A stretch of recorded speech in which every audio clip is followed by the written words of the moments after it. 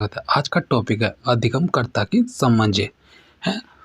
वृद्धि, परिपक्वता और विकास की अवधारणा, विकास के सिद्धांत और वाद विवाद, विकासात्मक कार्य और चुनौतियाँ। वृद्धि के बारे में। वृद्धि का तात्पर्य शरीर के अंगों या पूरे जीव के आकार में वृद्धि से है। इसे मापा या परिमाणित किया जा सकता है। उदाहरण के लिए ऊंचाई, वजन आदि में वृद्धि का तात्पर्य समय के साथ साथ कुछ मात्रा में होने वाली भौतिक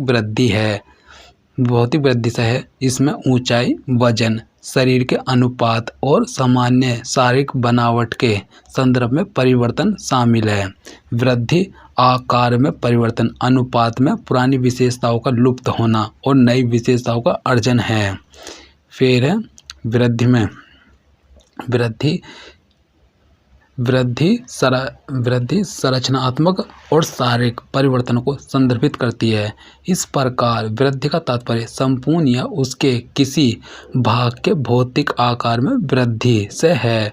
इसे मापा जा सकता है। एक बालक का विकास विभिन्न कारकों पर निर्भर करता है। पोषण, स्वास्थ्य, निद्रा, पर्यावरणीय। फिर व्यायाम, सामाजिक आर्थिक स्थिति, विकास लोगों के बदलने के तरीके का अध्ययन है, जो गर्भाधान के पहले क्षण से लेकर जीवन काल से वृद्धावस्था और मृत्यु तक होता है। विकास जन्म से पहले शुरू होता है और गर्भाधान होने से विकास शुरू होता है। परिभाषा इस बात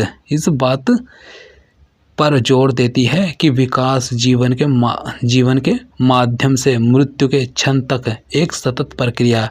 यह परिभाषा भी बताती है कि विकास व्यक्ति किस तरह से बदल रहे हैं इसके बारे में। विकास के भीतर परिवर्तन की दो तरह से जांच की जा सकती है। ठीक है। मात्रात्मक परिवर्तन, जो एक व्यक्ति के विकास में औसत दर्जे का परिवर्तन दिखता है। इन परिवर्तनों को किसी व्यक्ति के विकास को उसके जीवन के विभिन्न समयों में तुलना करके या एक समान आयु में अन्य लोगों के साथ किसी व्यक्ति के विकास की तुलना करके मापा जा सकता है। मात्रात्मक परिवर्तन के उदाहरण ऊंचाई, वजन या शरीर का तापमान है। गुणात्मक परिवर्तन, जो एक नए चरण को दर्शाता है, जो गुणवत्ता में उस चरण से भिन्न है जो पहले से हो रहा था। उदाहरण रेंगने से चलने की अवस्था तक या एक बड़बड़ाने वाली अवस्था से शब्दों का उपयोग करके बात करने की शुरुआत होने की अवस्था तक। ये उदाहरण संचलन की गुणवत्ता और संचार की गुणवत्ता में बदलाव दिखाते हैं। बाल विकास के 4 मूलभूत सिद्धांतों की पहचान की गई है। फर्स्ट है विकास क्रमबद्ध, अनुक्रमिक और पूर्वानुमान योग्य है। विकास में व्यक्तिगत भिन्नता होती है। फिर इसमें थर्ड में है विकास परिपक्वता और अधिगम से प्रभावित होता है। कुछ व्यवहार या कौशल के विकास के लिए जीवन काल के दौरान संवेदनशील अवधि होती है। परिपक्वता वृद्धि और विकास के अंत का प्रतीक है। विकास के कुछ पहलुओं में संरचना और कार्यों की परिपक्वता कम उम्र में आती है, जबकि दूसरे में यह बाद में आती है। विकास परिपक्वता और सीखने से आता है। इस अवधारणा का संबंध व्यक्ति के अंदर और बाहर की शक्तियों से है, साथ ही यह एक शारीरिक प्रक्रिया है। फिर इसमें यह प्रतिक्रिया आमतौर पर सहज होने के बजाय सीखी जाती है और किसी की उम्र से निर्धारित नहीं होती। परिपक्वता भी सही समय और जगह के बारे में पता करने के लिए, व्यवहार करने के लिए और उचित रूप से कार्य करने के लिए, जब समाज की स्थिति और संस्कृति के अनुसार रहती है, में शामिल है। परिपक्वता की प्रकृति, विकास के सबसे स्पष्ट रास्तों में से एक सिगमंड फ्राइड और फ्रांज अलेक्जेंडर लंबे समय तक जोर दिया गया है।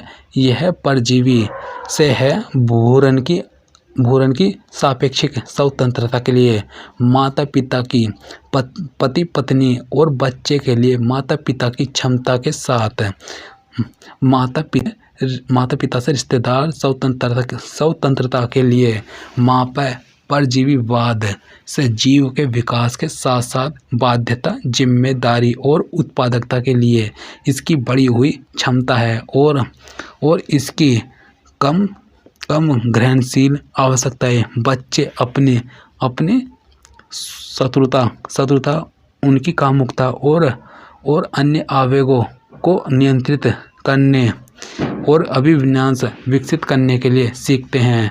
बड़े पैमाने पर प्रेम के प्रोत्साहन के माध्यम से परिपक्वता की तीसरी विशेषता हीनता, अहंकार और प्रतिस्पर्धा के प्रसिद्ध नक्षत्र से सापेक्ष स्वतंत्रता है। परिपक्वता के एक अन्य पहलू में अनुकूलन और प्रशिक्षण शामिल है जो समाजीकरण और वर्चस्व के लिए आवश्यक है।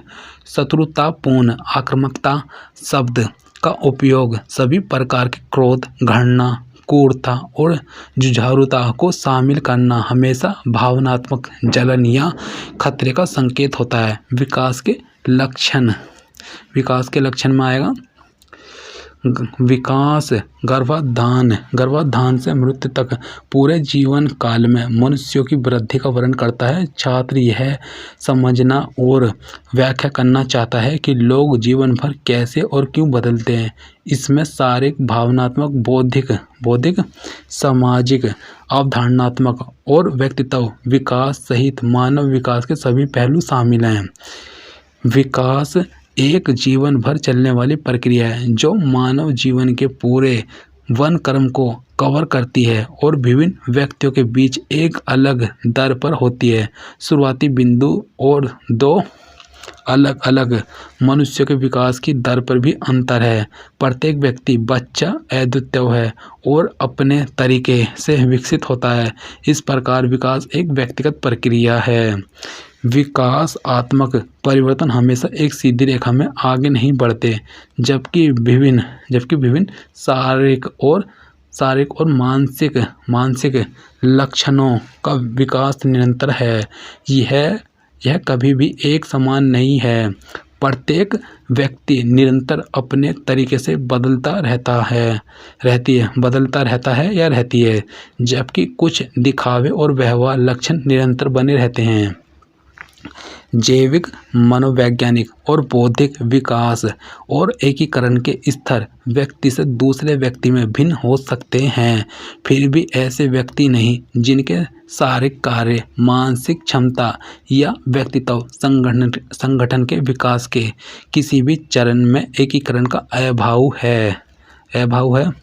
फिर विकास की प्रकृति विकास आजीवन होता है, यानी यह गर्भाधान से लेकर वृद्धावस्था तक सभी आयु समूह में होता है। इसमें लाभ और हानि दोनों सम्मिलित है, जो पूरे जीवन काल में गतिशील एक पहलू में बदलाव दूसरों के परिवर्तन के साथ में अंतः क्रिया करते हैं। मानव विकास की विभिन्न प्रक्रियाएं अर्थात जैविक, संज्ञानात्मक और सामाजिक संवेगात्मक व्यक्ति के जीवन काल में विकास में अंतर संबंध होता है। विकास बहुदिशात्मक होता है। विकास के दिए गए आयाम के कुछ आयाम या घटक बढ़ सकते हैं, जबकि अन्य वृद्धि दिखाते हैं। उदाहरण के लिए वयस्कों के अनुभव उन्हें समझदार बना सकते हैं और उनके निर्णयों का मार्गदर्शन कर सकते हैं। हालांकि आयु में वृद्धि के साथ किसी के प्रदर्शन में गति की आवश्यकता वाले कार्यों में कमी होने की संभावना है, जैसे दौड़ना। विकास विषयों की चिंता है। मनोविज्ञान, नरविज्ञान, समाजशास्त्र और न्यूरोविज्ञान जैसे विभिन्न विषयों मानव विकास का अध्ययन करते हैं। प्रत्येक जीवन काल में विकास के उत्तर प्रदान करने की कोशिश करते हैं। विकास अत्यधिक लचीला अर्थात व्यक्ति विकास में मनोवैज्ञानिक विकास में परिवर्तनशीलता पाई जाती है, हालांकि नमनीयता व्यक्तियों में भिन्न होती है। इसका मतलब है कि कौशल और क्षमताओं को पूरे जीवन काल में सुधार या विकसित किया जा सकता है।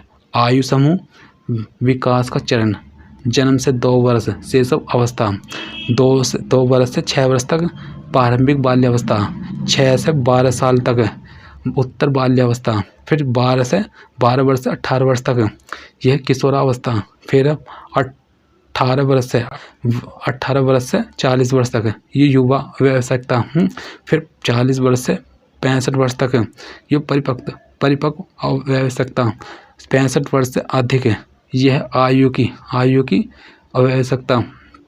विकास के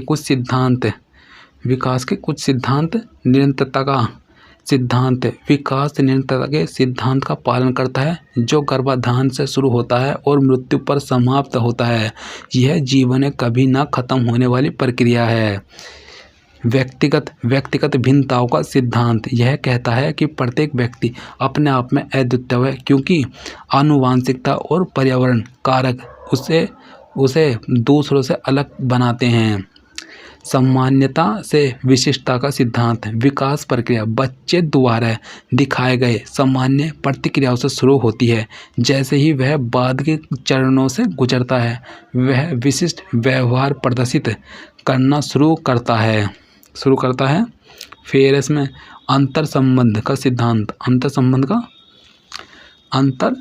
का सिद्धांत एक व्यक्ति का विकास जीवन के सभी पहलुओं के संतुलित अंतर संबंध के माध्यम से परिलक्षित होता है। किसी भी पहलू में विकास दूसरे पहलू को भी प्रभावित करता है।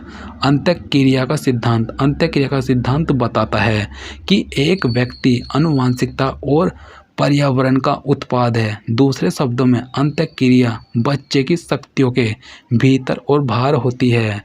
दर में अंतर का सिद्धांत दर में अंतर यह दर्शाता है कि व्यक्ति विकास की दर में भिन्न है। लड़कियों और लड़कों में विकास की दर में अंतर होता है, जैसे कि विकास के शुरुआती चरणों में लड़कियों की तुलना में लड़कों की जैसे कि विकास के शुरुआती चरण में लड़कियों में लड़कों की तुलना में तेजी से विकास होता है। फिर है एकीकरण का सिद्धांत। इसमें है एकीकरण का सिद्धांत विकास के विभिन्न पहलुओं जैसे शारीरिक, मानसिक, भावनात्मक, सामाजिक और नैतिक के एकीकरण को संदर्भित करता है। फिर पूर्वानुमेयता का सिद्धांत विकास अनुमान लगाया जा सकता है, अर्थात विकास के स्वरूप और अनुक्रम की एक रूपता की सहायता से हम बच्चे के विकास और विकास के एक विशेष चरण में एक या अधिक पहलुओं में व्यवहार का काफ़ी हद तक अनुमान लगा सकते हैं। फिर विकास के अनुक्रमिक स्वरूप को 2 दिशाओं में देखा जा सकता है। शीर्षगामी अनुक्रम इसका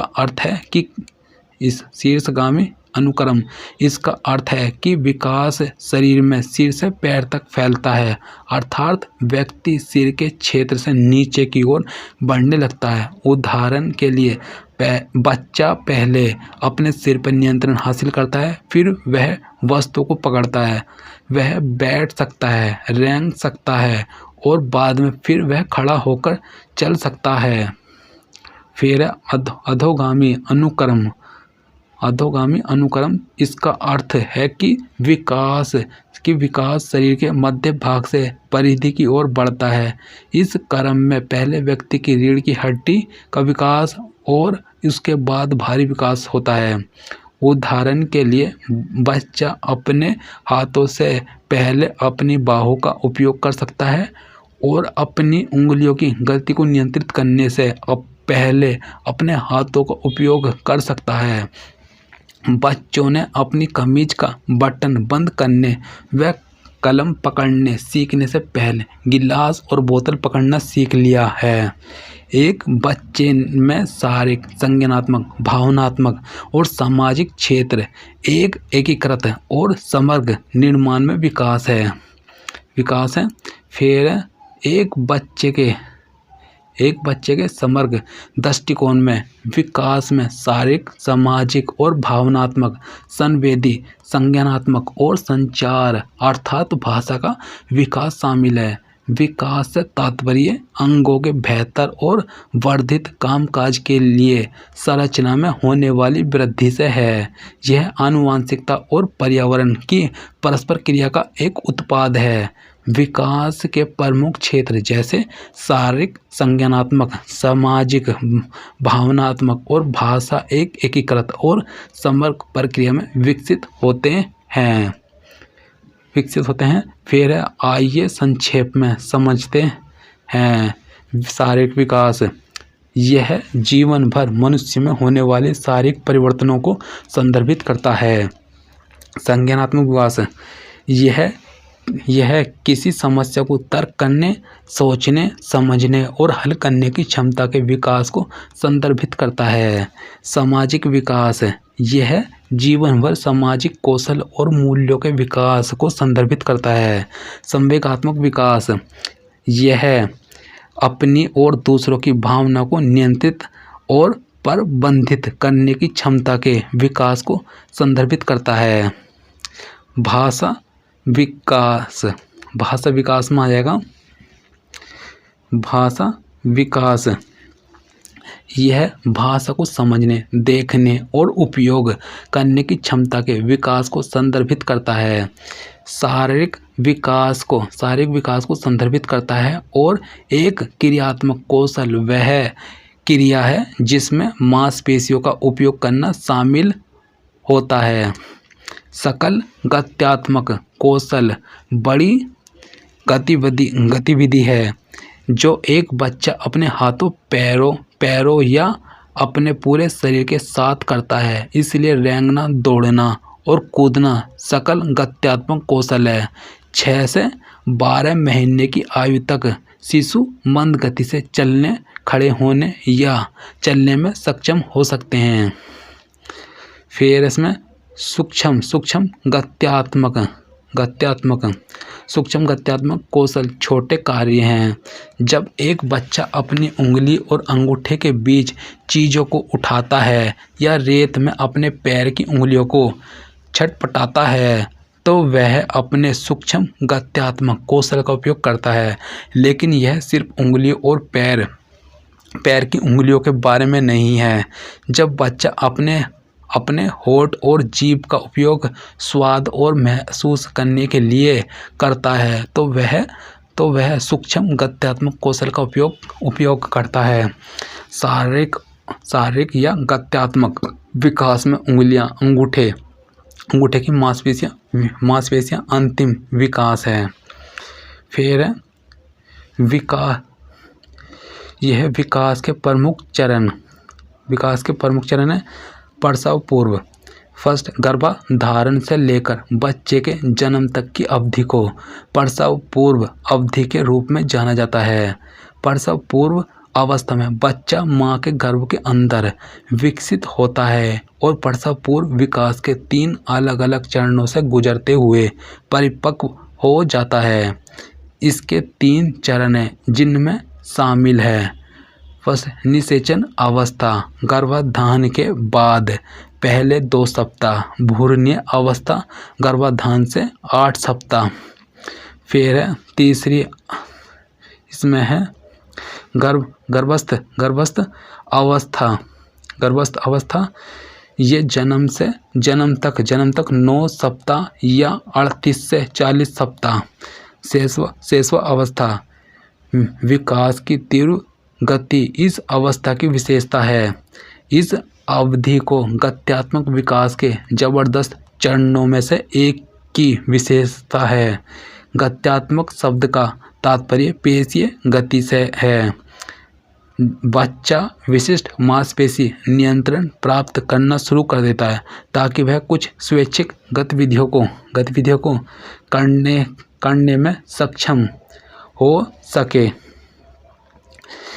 बच्चे के बैठने और चलने में नियंत्रण विकसित हो जाता है। वह हाथ से किसी वस्तु तक पहुंचने की क्षमता विकसित करता है, उसे पकड़ता है और उसमें परिवर्तन करता है। बच्चा शब्दों और उद्देश्यों दोनों के माध्यम से संवाद करना सीखता है। फिर बुद्धि का विकास भी काफ़ी तेज होता है। बाल्य अवस्था की अवधि आमतौर पर 2 से 12 वर्ष की आयु के दौरान होती है, जिसे आगे पूर्व बाल्यावस्था 2 से 6 वर्ष और उत्तर बाल्यावस्था 6 से 12 वर्ष के रूप में विभाजित किया जाता है। पूर्व बाल्य अवस्था, इस अवधि के दौरान विकास दर शेष अवस्था की तुलना में धीमी और स्थिर होती है। फिर मस्तिष्क अपने संपूर्ण भार का 90% प्राप्त करते हुए तेजी से बढ़ता रहता है। इस अवधि में प्रत्यक्ष वरीयता चाहे बाएं हाथ या दाएं हाथ स्थापित की जाती है। इस अवस्था में भाषा का विकास तीव्र गति से होता है। उत्तर बाल्यावस्था, बच्चे फेंकना और दौड़ना जैसे गत्यात्मक कौशल सीखते हैं। बच्चे के चिंतन का तेजी से विकास होता है और उसकी सूचनाओं का भंडार तेज गति से बढ़ता है। विद्यालयी आयु, अपने साथियों के साथ घनिष्ठ संबंध विकसित करते हैं। बच्चे अपनी क्षमताओं, उपस्थिति और विशेषताओं की तुलना अपने साथियों से करते हैं। किशोरावस्था, इसे बाल्य अवस्था और वयस्कता के बीच एक परिवर्तनकालीन अवस्था माना जाता है। परिवर्तनकालीन अवधि माना जाता है। इस समय के दौरान अंतिम ऊंचाई प्राप्त की जाती है। अंतिम अंग और प्रणालियां व्यावसायिक आकार तक पहुंच जाती है और यौन परिपक्वता तक पहुंच जाती है। लड़कियों का किशोर अवस्था में प्रवेश लड़कों की अपेक्षा पहले होता है। बच्चे अमूर्त शब्दों में चिंतन की क्षमता विकसित करते हैं। इस समय के दौरान उत्पन्न होने वाले तनाव और संघर्षों के कारण किशोर अवस्था के दौरान मनोवैज्ञानिक अवस्था अपेक्षाकृत अधिक सामान्य है। वृद्धि और विकास की वाद विवाद, प्रकृति बनाम पोषण वाद विवाद मनोविज्ञान में सबसे पुराने मुद्दों में से एक है। वाद विवाद का केंद्र मानव विकास के लिए आनुवंशिक विरासत और पर्यावरणीय कारकों के सापेक्ष योगदान है। ठीक है, ये इसकी पिक्चर है। फिर इसमें शब्द प्रकृति का अर्थ है कि आनुवंशिक प्रभावों और आनुवंशिकता के माध्यम से बच्चों में क्या आता है, अर्थात यह उस समय से बच्चे में निहित कारकों के प्रभाव को दर्शाता है जब वह गर्भ में स्थित होता है। दूसरी ओर पोषण शब्द का अर्थ बाल विकास पर पर्यावरण के प्रभाव से है, अर्थात वे सभी संदर्भ कारक जो हम पर प्रभाव डालते हैं, जिनमें प्रारंभिक बचपन की धारणाएं, हमारे सामाजिक रिश्ते और हमारे आसपास का समाज शामिल है। यह बाहरी शक्तियों, प्रभावों और शक्तियों को दर्शाता है जो किसी व्यक्ति की वृद्धि और विकास को प्रभावित करते हैं। फिर दूसरे शब्दों में प्रकृति बनाम पोषण विवाद इस बात की चिंता करता है कि मानव व्यवहार पर्यावरण से या किसी व्यक्ति के जीन से प्रभावित होता है। आनुवंशिकता और पर्यावरण दोनों बच्चों के विकास में महत्वपूर्ण भूमिका निभाते हैं। कोई भी व्यक्तिगत गुण आनुवंशिकी और पर्यावरण दोनों का परिणाम है। आनुवंशिकता संभावित जैविक सीमाओं को निर्धारित करती है, जबकि पर्यावरण उस स्तर को निर्धारित करता है जिससे विकास संभव है। निरंतर बनाम अनिरंतरता इसकी पिक्चर है। फिर है निरंतर अनिरंतरता, यह बताती है कि कैसे विकासात्मक घटनाएं जीवन के चरणों निरंतरता या अलग अलग चरणों अनिरंतरता की एक श्रृंखला में एक सहज प्रगति को प्रकट करती है। इसकी पिक्चर है, ठीक है, कैसे कैसे बढ़ रहे हैं। फिर अनिरंतरता दृष्टिकोण विकास को विशिष्ट और अचानक परिवर्तनों के रूप में मानता है, जिसमें गुणात्मक अनुभवों पर जोर दिया जाता है जो प्रत्येक चरण में भिन्न होते हैं। विकासात्मक प्रक्रिया में अनिरंतरता असततता दुनिया को समझने के नए तरीकों को संदर्भित करती है जो विकास की प्रक्रिया के दौरान उभरती है। असंबद्धता दृष्टिकोण चरण सिद्धांतों को जन्म देता है, जहां विकास को सीढ़ियों पर चढ़ने के रूपक के साथ चित्रित किया जाता है, जहां प्रत्येक चरण पिछले चरण की तुलना में कार्य करने का एक उन्नत तरीका दर्शाता है। सार्वभौमिकता बनाम संदर्भ। फिर व्यक्ति का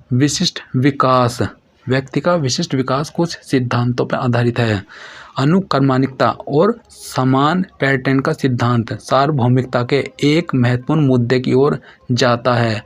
विकास की सार्वभौमिक धारणा मानती है कि विकास का मार्ग सभी व्यक्तियों के लिए समान है।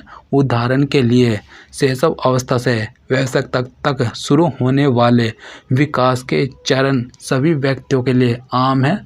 दूसरे शब्दों में, प्रत्येक मनुष्य संस्कृति, समुदाय और समाज के बावजूद विकास के अनुक्रमिक पैटर्न से गुजरता है।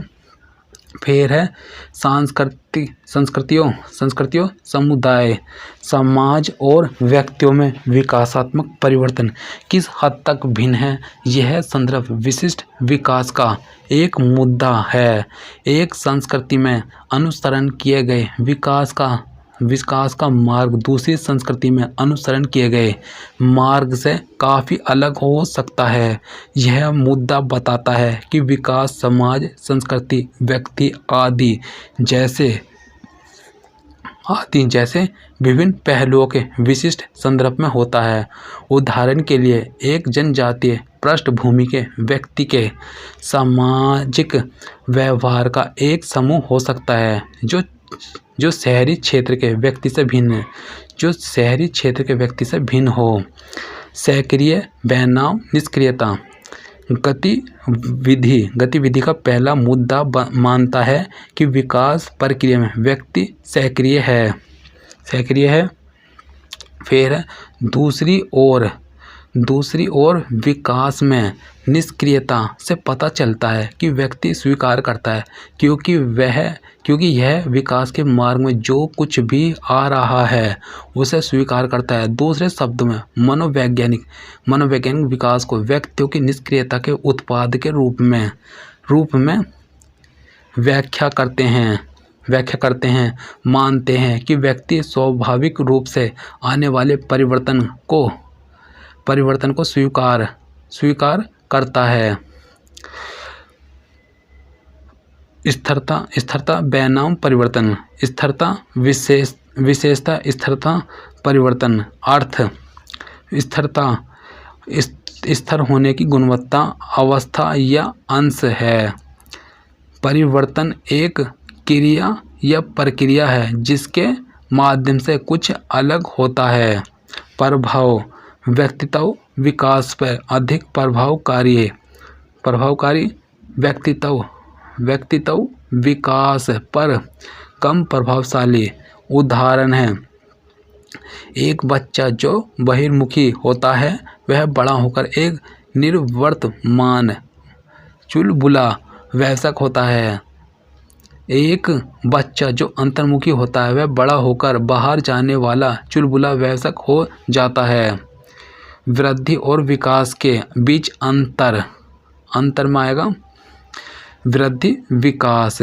यह शारीरिक परिवर्तनों को संदर्भित करती है और विकास व्यक्ति में समग्र परिवर्तनों को संदर्भित करता है। मात्रात्मक परिवर्तन को वृद्धि कहा जाता है। मात्रात्मक पहलू के साथ गुणवत्ता में परिवर्तन विकास है। वृद्धि जीवन भर नहीं होती, यह विकास जीवन भर चलता रहता है। यह विकास में है, यह जीवन भर चलता रहता है। वृद्धि परिपक्वता के बाद वृद्धि रुक जाती है। विकास प्रगतिशील है।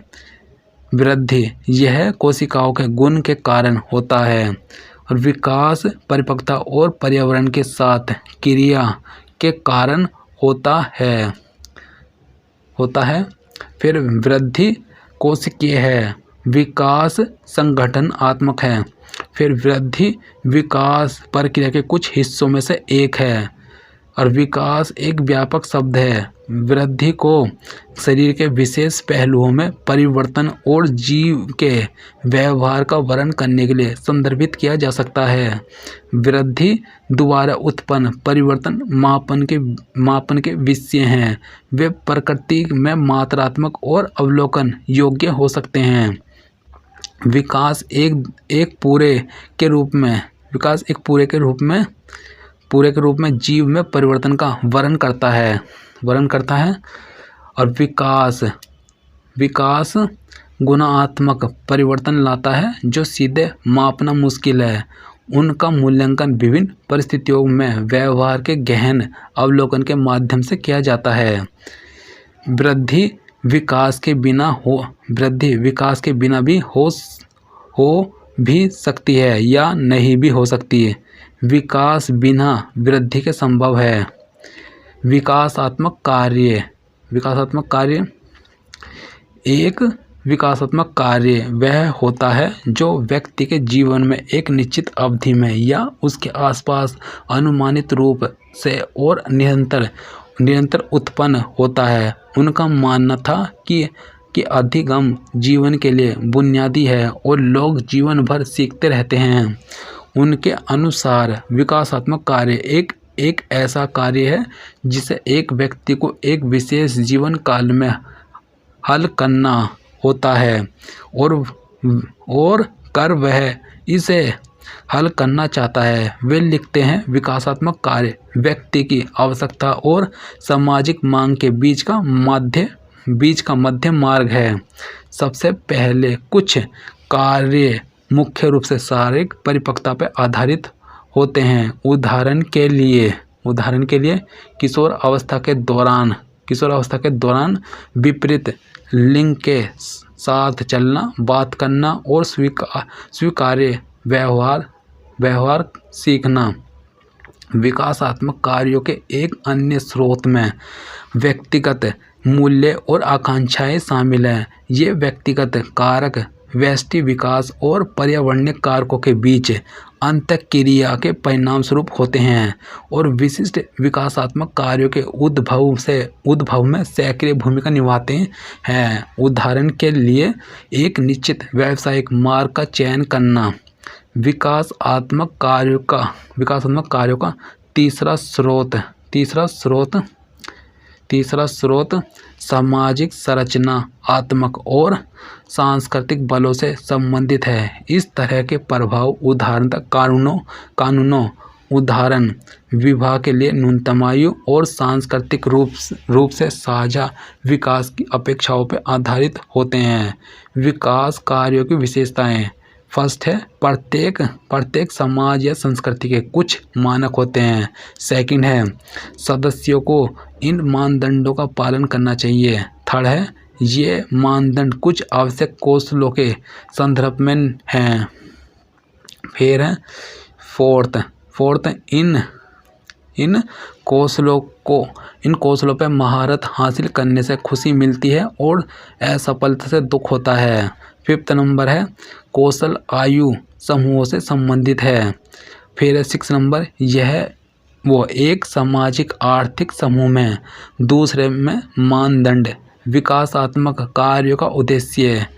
एलिजाबेथ बी हरलॉक के अनुसार विकास कार्य निम्नलिखित 3 उद्देश्यों की पूर्ति करते हैं। फर्स्ट है, वे इस व्यक्ति को यह जानने में सक्षम बनाने के लिए दिशा निर्देश है कि एक निश्चित आयु में समाज उससे क्या अपेक्षा करता है। सेकंड है, विकासात्मक कार्य व्यक्ति को वह करने के लिए प्रेरित करते हैं जो सामाजिक समूह उसके जीवन के दौरान कुछ चीज़ों को करने की अपेक्षा करता है। फिर विकासात्मक कार्य व्यक्ति को यह दिखाने का काम करते हैं कि आगे क्या है और जीवन काल में विकास के अगले चरण में पहुंचने पर वह क्या करने की उम्मीद करेगा। विकासात्मक कार्यों से संबंधित खतरे। फिर फर्स्ट, यह व्यक्ति की उचित अपेक्षा शारीरिक या मनोवैज्ञानिक सीमाओं में। सेकंड है, एक विकासात्मक चरण को दरकिनार करना, प्रत्येक चरण के माध्यम से जीना चाहिए। थर्ड है, विकासात्मक कार्य सीखने के अवसर का अभाव। फोर्थ है, मार्गदर्शन का अभाव। फिफ्थ है, प्रेरणा की कमी। सिक्स है, खराब स्वास्थ्य। सेवंथ है, एक निम्न बौद्धिक स्तर। विकासात्मक कार्यों को बढ़ावा देने वाले कारक। फर्स्ट, विकासात्मक कार्यों को सीखने के अवसरों का प्रावधान। सेकंड है, विकासात्मक कार्यों को सीखने में पर्याप्त मार्गदर्शन। फिर है इसमें थर्ड में प्रेरणा का विकास करना। फोर्थ है, अच्छा स्वास्थ्य। फिर इसमें बुद्धि का उपयुक्त स्तर। फिर 6 है, रचनात्मकता। विभिन्न चरणों में विकासात्मक कार्य जन्म से 6 वर्ष तक है। फर्स्ट है चलना सीखना।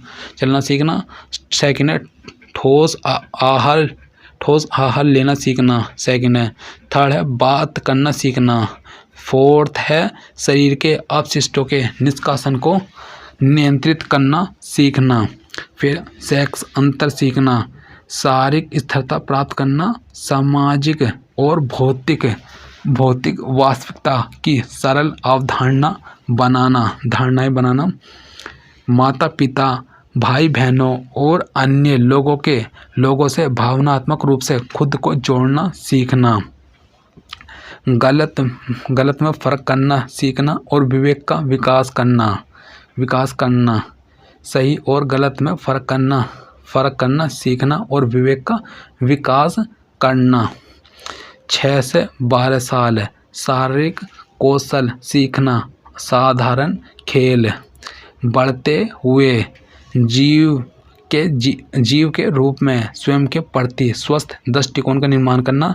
थर्ड है उम्र के साथियों के साथ घुलना मिलना सीखना।